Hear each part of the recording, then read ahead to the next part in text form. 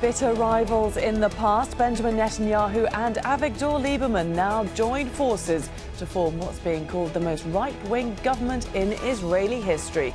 The ultra-nationalist politician is now the country's defense minister.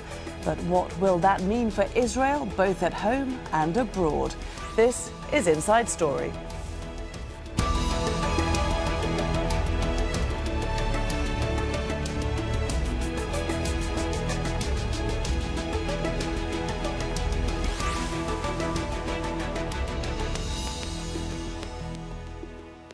Hello there and welcome to the programme. I'm Laura Kyle.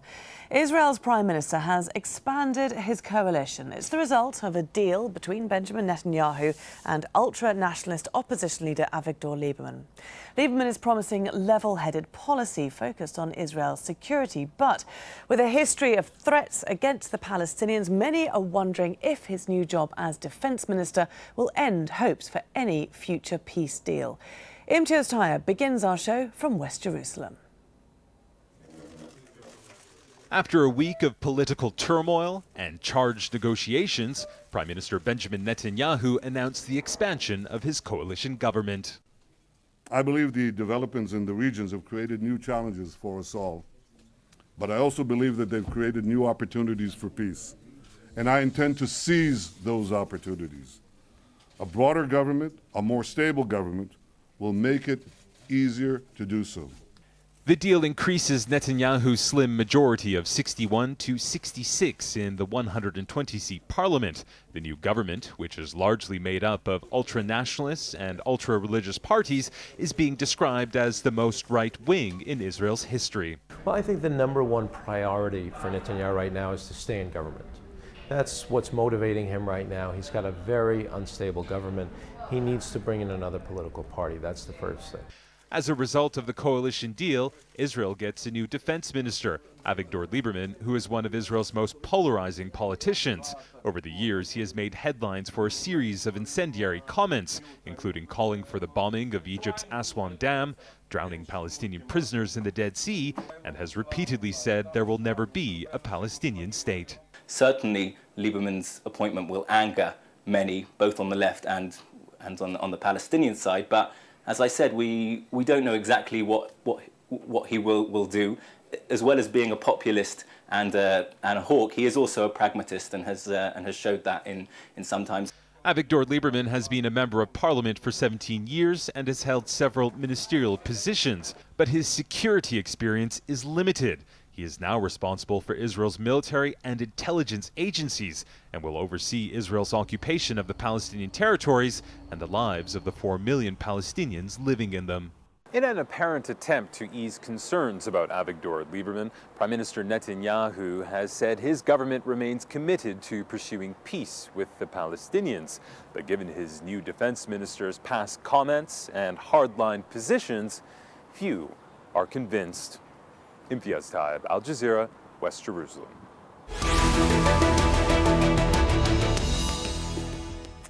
So it's an appointment that's caused quite a stir. Let's now bring in our guest to talk more about it. And joining us in West Jerusalem, Mitchell Barak, a political analyst and former spokesman for the Israeli President Shimon Peres. In Beirut, Rami Khouri, senior fellow at Issam Institute for Public Policy at the American University of Beirut. And in London, Dimi Rider. He's an associate fellow at the European Council on Foreign Relations. Thank you all very much for being here today on Inside Story. Mitchell, if we could start with you, because we heard you there in Imtiaz's report saying that Netanyahu's number one priority is to stay in government. But still, are you surprised that he's using Lieberman to do it? Well, nothing surprises the Israeli public at this point as far as what the Prime Minister will do to shore up his base and stay in power and stay in government so that he can govern. I mean, I think that he uses the inspiration from the Greek god of Sisyphus to govern the people of Israel, meaning he wins elections and forms a government in order to then find out that he can't govern with that government, so he forms another government, and then he calls elections again and goes through the same process again. And I think the Israeli people have seen this over the past few years, that a lot of things are not moving forward and are not taking place. He turns to the right, to Liberman, because I think he's thinking about the next election where he wants to be reelected again, so he has to shore up his base. And I think he was getting a little concerned. There was a lot of talk, pressure from the international community for him to go with Herzog, which would have probably been a good move for the peace process and for Israel's image in general. But we had a lot of rumblings from all over the Middle East and the rest of the world that if Herzog would come in, we heard from Sisi and from Tony Blair, that there might actually be through the Saudi initiative or some similar initiative, that a lot of the Arab countries could come to the table and talk to Israel. And that may have actually, the success of that may have actually scared them off and pushed them to the right. OK, that's interesting. You bring up an awful lot of points there. Dimi Rider, let's just talk a little bit more about Herzog. He is a member of the Zionist Union. That's a centre-left coalition. We know that Netanyahu was also in talks with this group. Why do you think they lost out to Lieberman's party, which is a nationalist one? I think two reasons. One is that the Zionist Union is a very conflicted party, and Herzog was encountering a lot of opposition from his own MPs about going into government. And secondly, Netanyahu is only ever really threatened from the right. He only really wants to court right-wing voters. So he actually wouldn't have won much by going with Herzog. I don't think it would have threatened him as much as Michel suggests, because at the end of the day, I think it would have been more of an image exercise. I don't think there would have been any real substantial talks. But he went for Liberman, a more stable, a more reliable ally that he's worked with for many, many years. And this way, he's not risking being accused of pandering to what remains of the Israeli center-left. Rami, Khouri, if Lieberman doesn't threaten Netanyahu, does his appointment threaten Israel? It's possible. We'll have to wait and see really what is the verdict ultimately of the Israeli people. Israel is a democracy for Jews more than anybody else in Israel, but it is a democracy that ultimately keeps going back to the people. And the trouble with that in the last 15 years or so is that the Israeli people seem to have no problem with Netanyahu's style of shifting to the right, massive military actions against Hamas in Gaza and civilians, and continuing to have standoff with the U.S. and putting Israel pretty much in a corner slowly internationally, with pressure building up both in political circles like the French initiative, like the grumblings from Washington maybe that the U.S. would support a Security Council move, but also the growth of the BDS movement, sanctions against Israel. All of these things are happening that have really put Israel a bit in a corner, weakened its links to the United States, which is its strongest ally, totally stopped any kind of discussions with the Palestinians and the Arabs. And this is an issue that the Israeli people are going to have to decide is good for them, or is this condition is good for them or not good for them. Our problem, I think, in the Arab world and in most of the world is that the Israeli people seem to be okay with what the Netanyahu is doing, but there's also great new tensions between the military, which is moving to the nationalist, religious, extremist right, and the civilian population. So there are stresses in Israel which the Israeli people are going to have to address. Mitchell, perhaps we could talk a little bit about that tension Rami brought up between the military and the civilian population. Could you expand a little bit more on that as you see it? Well, I think that Rami made some good points. I think, though, that the Israeli population continues to elect Netanyahu, but, you know, from the survey research work that I've done, a lot of the Israeli people don't have a favorable opinion necessarily and don't necessarily want him as the prime minister. The problem is that there's not a viable candidate that can challenge him, or one that Israelis think can secure the state of Israel and protect the state of Israel. And he is that only person. So he's really running in election campaigns against himself. So that's definitely an issue.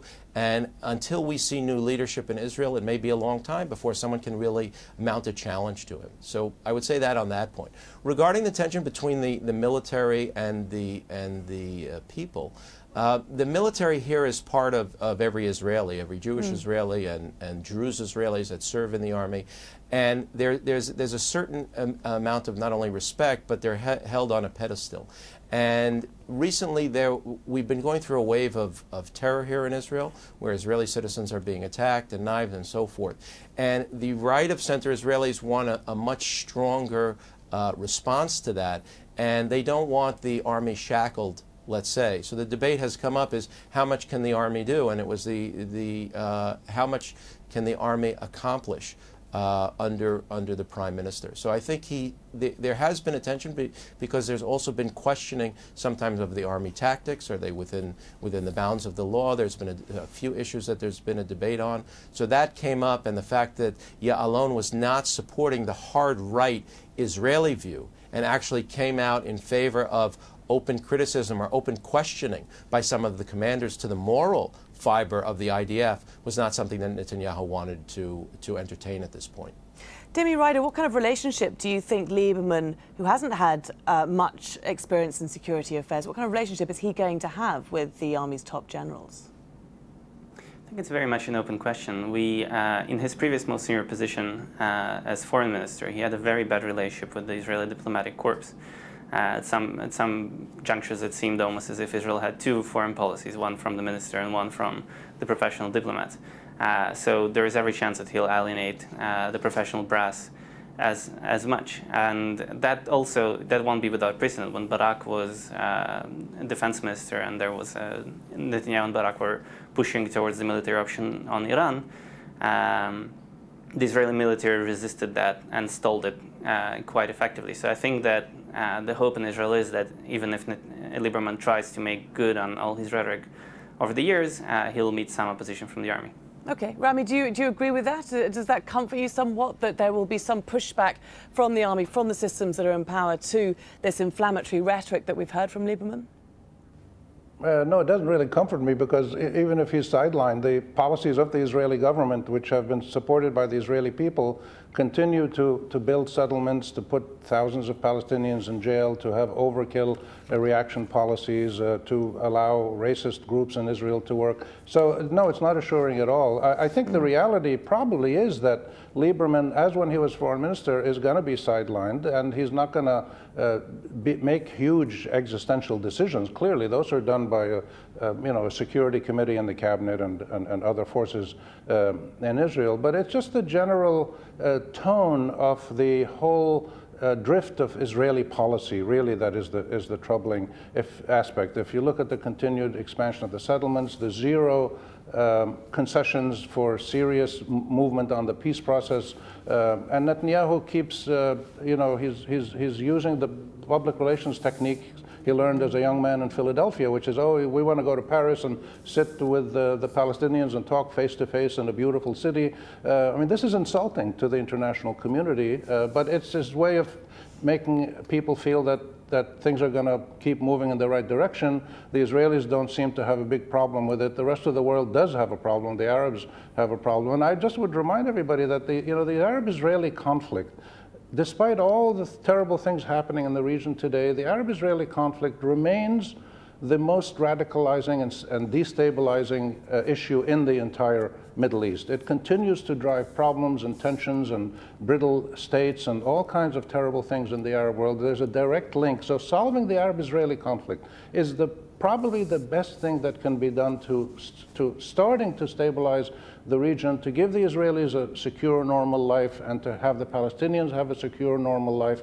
And there's absolutely no sign that that's going to get done in this kind of government in Israel, with Lieberman or without Lieberman, or with a sort of half Lieberman. Well, just to build on Rami's point there, as we've mentioned before, Avigdor Lieberman is no stranger to controversy, especially when it does come to the Arab-Israeli conflict. He himself lives in a settlement in the occupied West Bank. It is considered illegal under international law. He's also in favour of settlement expansion. He's proposed a transfer of Arab-majority towns in Israel to a future Palestinian state, stripping Israeli citizenship from people living there. He's also repeatedly called for Gaza to be occupied and to put an end to the Hamas government. Mitchell, just on that last point, it's quite interesting. He's been pretty vocal about Hamas and certain Hamas commanders. I mean, who does he propose replacing Hamas with in Gaza? I don't know, but, again, Hamas, to the best of my knowledge, was elected by the people of Gaza. So it's not for the Israeli leadership to decide who they should be replaced with. I think it would be good for Israelis if there was a leadership both within the Fatah and Hamas that could come together and face Israel and start discussing things with Israel. From the Israeli public's point of view, they have a hard time separating and say, well, who represents the Palestinian people? Meaning you have 2.5 million Palestinians on the West Bank, and they are Fatah, that's Abbas. And you have, 2.5 million Palestinians in Gaza, and they're represented by Hamas. Then you have 1 million Israeli citizens of Palestinian descent. Where do they fit into this? So Israelis are trying to figure out, if the Palestinians Authority from the West Bank and Gaza got together and said, okay, we're ready to talk to Israel, I think the Israeli people would be happy. And in fact, the Israeli Prime Minister called on Abbas to come to some kind of meeting and try to use the diplomatic community to help facilitate a meeting. Now, I don't think that he's done as much as he can over the past few months to facilitate that meeting himself, but there seems to be loggerheads at this point between the two men in order to get together. What I would say about Netanyahu, though, and again, a lot of what is said here today is correct, and that the settlement policy is counterproductive to peace talks. Netanyahu was the only Israeli prime minister against the wishes in his party that actually froze construction in the settlement for a period of 9 months, which was requested by the Obama administration. He came under heavy fire for doing that, and nothing came about that. So, he may surprise us in some kind of way when it comes to the Palestinians and the peace talks. It's not clear, but he has taken steps that haven't been taken in the past. I think he, has to find the right opportunity to do that. Dimi Rider, do you think we are going to be surprised here? No, I think that one thing we've seen from Netanyahu, that he might surprise us with the political maneuvers and machinations he does to shore up his cabinet, but we'll definitely won't see any surprise on the diplomatic front. Even the freezing of the settlements was really, it was a trade-off. He froze some construction, not everything. There was a lot of jerks and stops. And then for the remainder of his career, he can go around and say, look, I paid the price, I was ready, I faced down my constituents, and I froze settlement construction for 9 months, and nothing happened. So don't come to me asking for anything more. Interesting timing. I don't think that, yeah. Sorry, go on. Sorry. I think that Netanyahu is the king of the status quo. He is his most important achievement is he sees it as stability. So he's not a risk taker, whether militarily or diplomatically. So I don't think we'll see any moves. Okay, I was just going to say it's an interesting time, because there is this tentative push by the international community to renew peace talks with the Palestinians and the Israelis, a conference in Paris set for next week. Khouri, does this kill this initiative? They're going to keep talking about it. They'll probably come up with some kind of meeting of foreign ministers, and it'll be very broad. They'll repeat UN resolutions. It really is not going to go very far because there is no clear will in the Israeli government to make the kind of concessions that are needed, and the Palestinians are divided. But I would just want to comment on what Mitchell said, about this idea we keep hearing that if the Hamas and Fatah would get together, we would know what what they want. Well, they were together for many years. There was a unity government. Fatah told Abbas, go and negotiate, and if you reach an agreement, the Palestinian people support it, Hamas will support it. So this is really a diversionary idea that the Israelis keep coming up with, and the Arab peace plan has been there, all the Arabs supported it. So there's a real serious problem with moving away from public relations and moving to the substance of the kinds of mutual concessions that both sides have to make to be able to move this process to a real negotiation. It's been going on for 20 years with monopoly American mediation, with the Dennis Ross School of mumbo-jumbo diplomacy, and it hasn't worked. It just simply hasn't worked. We've gotten nowhere. And that's why there's this immense pressure now from the French, from the international community, from the BDS movement, from all kinds of forces around the world that are saying to the Israelis, we will secure your security within the 67 borders. There's no doubt about that, but not your colonization. And this is the real question that the Israelis are going to have to answer, and they don't seem to have summoned the will, the people of Israel, to come clean on that. Mitchell, are Israelis ready to answer that question that Rami poses? Well, let me first amend what I said, because Rami is correct. If the Israeli people and the Israeli government would like it, if Fatah and Hamas would get together, and Hamas would renounce terror, as well as Fatah, and Hamas would remove the clause of destroying the state of Israel from their charter. That's what the Israeli people would like. So having now amended it to say, yes, the Fatah and Hamas have to get together, and they have to both renounce terror and fight against terror against the Israeli people. So, Israelis would welcome that initiative, and they would welcome if they found that there was real willingness on the other side, first of someone representing the Palestinians and really stopping the terror and saying, we're ready to talk. Now you have to make some tough decisions. The state of Israel has made tough decisions when it comes to territorial compromise, when it comes to taking chances, taking risks, but they have to see it on the other side. Dimi? I think if I can just jump in here, I think there are two factors here that kind of define the Israeli movement on the peace process. First is a very long-standing Israeli mantra that somebody once defined as, if I'm weak, how can I negotiate? If I'm strong, why should I negotiate? And there is nothing, if Fatah and Hamas unite, and Israel thinks it's under pressure, it won't negotiate because it's under pressure. If it's not under pressure, it won't negotiate because it doesn't have any incentives to do so. So that's one part of the deadlock. The other one is that looking at the region, Israelis look around and they see Syria imploding, and they see Lebanon teetering ever closer to the brink, and they see rumblings in Jordan pretty much everywhere. The overall feeling that they have is don't rock the cradle. We have stability. It's not perfect. There's a price to be paid, but it's better than leaping into the unknown.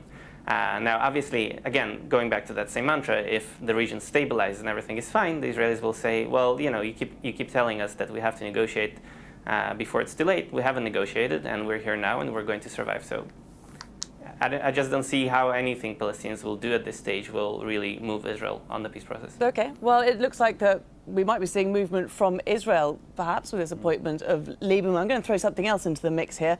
Reports that Lieberman has been calling for the ouster of the Palestinian president, Mahmoud Abbas. Should Abbas be concerned about reports of a cosy friendship between Lieberman and Mohammed Dahlan? Rami Khouri. Well, Mohammed Dahlan, he comes and goes. There's all kinds of characters in Palestine whose names are floated. No, I don't think Dahlan has very much credibility as a national leader. He's a very charismatic, dynamic young guy, but as a national leader, no, I don't think he's going to fly. The consensus on the Palestinian side, while it appears to be very fractured, there is actually a national consensus on a minimum of what the Palestinians want and a willingness to negotiate this peacefully with Israel. And the issues that Mitchell raised, that Hamas has essentially said yes to all of those. So a long-term truce, negotiations indirectly, let Abbas talk, follow the Arab peace plan. The outlines of the requirements to start a serious negotiations have been all accepted by the Palestinians, Hamas and Fatah, and everybody else. The problem is every time we accept what the Israelis say, they come up with now they want us to accept them as a Jewish state. And we say, no, we don't want to accept you as a Jewish state. We want to negotiate rights for both people. If we say yes to a Jewish state, they'll probably come back and say, we've got to eat gefilte fish or something like that. So this never stops, this new demands from the Israelis. There has to be a serious international involvement to get both the Palestinians and the Israelis to simultaneously make the tough moves and the concessions they have to make for both of them to get what they want, which is their fundamental rights to live in security and sovereignty and recognition. That process has never been attempted. There has never been a serious attempt to give the Israelis and the Palestinians equal rights, and that's what we're trying to move towards.